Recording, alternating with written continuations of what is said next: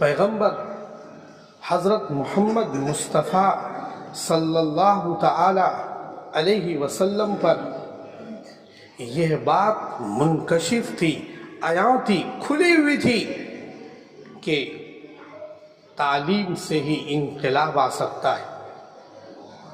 وہ صحابہ، وہ مکے کے مسلمان، وہ مکے کے لوگ جو ایمان میں داخل ہو رہے تھے، وہ بدو تھے۔ جب نجاشی اور ہرقل کے دربار میں، ہرقل ایران کا بادشاہ تھا، انہوں نے پوچھا ابو سفیان سے کہ بتاؤ جو پیغمبر، جو آدمی نبوت کا دعویٰ کرتا ہے، اس کے فالوور کیسے ہیں؟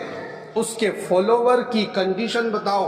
نو کہ ہم ضعفاء، وہ کمزور لوگ ہیں، وہ غرباء ہیں، مکے کے کریم لوگ نہیں ہیں، مکے کے کریم اور فیمس اور بڑے بڑے بزنس مین نہیں ہیں، وہ بدو، وہ ہلکے پھلکے لوگ، ہم ضعفاء، وہ کمزور لوگ ہیں۔ ان کمزوروں پر جب علم اترا، ان کمزوروں کو جب اللہ نے ان کا تزکیہ اپنے پیغمبر کے ذریعے سے کیا، جب ان کمزور بدوؤں نے، جنہیں اونٹ چرانے کا شعور نہ تھا، انہوں نے جب علم پیغمبر سے سیکھ لیا تو ساری دنیا کے حکمران بن گئے، ساری دنیا کے حکمران بن گئے۔ حضرت عمر ابن خطاب رضی اللہ تعالی عنہ، جب میں یہ پڑھتا ہوں کہ جب وہ چلتے تھے تو شیطان بھی ان کے راستے میں، ان کی گلی میں نہیں چلتا تھا، تو پھر یہ کہنا پڑتا ہے کہ اس دھرتی آکاش کا سب سے بڑا حکمران تھا۔ اور جب میں یہ پڑھتا ہوں کہ وہ ایسی شخصیت تھی جس نے دنیا کے 22 لاکھ مربع میل پر، ایک دو نہیں، 22 لاکھ مربع میل پر حکومت قائم کر دی اسلام کی۔ ایک بدو جنہیں اونٹ چرانے کا شعور نہ تھا، اس نے 22 لاکھ مربع میل پر حکومت قائم کر دی۔ تو یہ کہنا پڑتا ہے کہ یہ پیغمبر نے جو علم سکھایا تھا، یہ اس چراغ کی بدولت، اس علم کا کمال تھا۔ تو علم ہوتا ہے۔ جب میں یہ پڑھتا ہوں کہ اتنا عالی شان علوم ہونے کے باوجود کہیں کیکر کے درخت کے نیچے سو جاتے تھے، تو کہنا پڑتا ہے کہ اس سے بڑا حکمران اس دھرتی پر نہیں آیا تھا۔ یہ علم کا کمال تھا۔ جنہیں اونٹ کی مینگنیوں میں کھیلنے والا لوگ سمجھتے تھے، ایسی قوم جو اونٹ کی مینگنیوں میں کھیلنے والی قوم ہے، نہایت بدو قسم کے لوگ ہیں۔ جب علم آیا تو ساری کائنات کے لیے مثال بنا دیے گئے، اور اتنے فضیلت کو چھوا، اتنے منزلوں کو کراس کیا انہوں نے، ان بدوؤں نے، کہ پیغمبر انبیاء کے بعد سب سے پہلی انٹری، انبیاء کرام کے بعد سب سے پہلی انٹری اسی جماعت کی ہوگی جنہیں بدو کہا جاتا تھا، اور انہوں نے علم حاصل کیا۔ پتا چلا کہ علم اور ایجوکیشن اور تعلیم، اس کی ہمارے مذہب میں بہت بہت قیمت ہے، بڑی بڑی قیمت ہے۔ یہ مثالیں اس لیے دے رہا ہوں کہ یہ سمجھ میں کلیئر طریقے سے آ جائے کہ علم کی بڑی قیمت ہے۔ کئی لوگوں کا ٹھیلا چل جاتا ہے، وہ سوچتے ہیں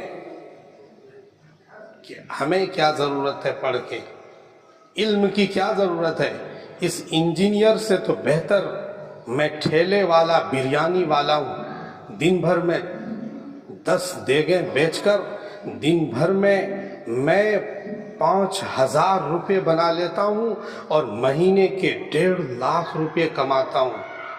مجھے انجینئر بننے کی کیا ضرورت ہے؟ مجھے عالم بننے کی کیا ضرورت ہے؟ وہ مولوی تو 20,000 روپے کی نوکری کرے گا یا چھوٹا موٹا بزنس کر پائے گا، اور یہ میرا ٹھیا مجھے اتنے روپے دیتا ہے۔ سو علم کیا پڑھنے کی، علم پڑھنے کی کیا ضرورت ہے؟ علم سیکھنے کی کیا ضرورت ہے؟ میرے ذہن میں یہ آتا ہے، ہمارے ذہن میں یہ آتا ہے کہ یہ علم اس لیے سیکھا جاتا ہے کہ پیسے کمائے جائیں گے۔ علم کا مقصد پیسے کمانا نہیں ہے، علم کا مقصد، ایجوکیشن کا ٹارگیٹ روپیوں کو بٹورنا نہیں ہے، روپیوں کو حاصل کرنا نہیں ہے۔ ایک سچا اور ایک باشعور انسان، ایک سلیقہ مند انسان، ایک انقلابی ذہنیت کا انسان بنانے کے لیے علم پڑھایا جاتا ہے اور پڑھا جاتا ہے، جس سے انسان میں بیداری پیدا ہوتی ہے، جس سے انسان کے اندر وہ بات پیدا ہوتی ہے جو ایک انسان کے لیے ضروری ہے، جو حیوانیت سے نکل کر، جو درندگی سے نکل کر، جو ظلم اور تشدد سے نکل کر باہر آتا ہے۔ یہ علم کا کمال ہے۔ علم جب ہمارے دل دماغ پر اترے گا تو ظلم نکلے گا، تشدد سے ہٹیں گے، تکبر سے نکلیں گے، بربادی سے نکلیں گے، بربریت سے باہر آئیں گے، حیوانیت سے باہر آئیں گے۔ اس لیے علم پڑھا اور پڑھایا جاتا ہے، اس لیے نہیں کہ پیسے کمائیں گے۔ ہمارے نوجوان آج کل کمپیئر کرتے ہیں ٹھیلے والے سے، کاروبار والے سے، بزنس والے سے، کہ بھائی اس سے اچھا تو یہی کام کر لینا ہے۔ ایک ریسٹورنٹ ڈال لیتے ہیں، ایک کباب کا اسٹال لگا لیتے ہیں، ایک ریسٹورنٹ بنا لیتے ہیں، فرائی بیچیں گے۔ آج کل موموز اور پیزے کا بڑا چرچا ہے، یہ ایک ریسٹورنٹ بنا لیتے ہیں۔